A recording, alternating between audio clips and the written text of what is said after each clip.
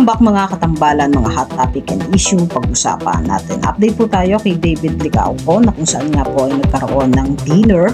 Itong si David kasama naman po ang CEO ng Brutal Life po. At makikita nga po doon sa ilang mga photos na kung saan nga po ay ginanap yung dinner. At bukod doon ay kasama din itong si David, si Shubi Entrata. At si Shubi nga din po ay ambassador ng Brutal Life po.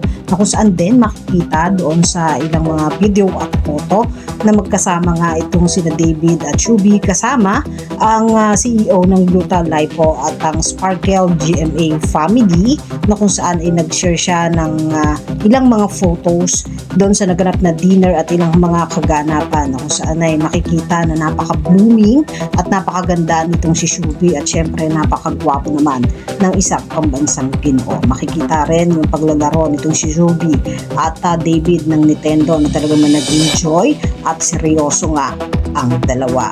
Kita rin yung ilang mga photos na talaga namang happy ang dinner na naganap kasama nga po ang Brutal Life of Family at ang GMA Sparkle na kung saan nga po ay may ilang mga photo na sinare doon si David at makikita naman itong si David at Dustin na magkasama rin na talaga namang makikitang napakagwapo ng dalawa na nag-TikTok nga. Makikita yung mga reaction na talaga namang makukulit itong si David kasama ang kanyang matalik na kaibigan na si Dustin.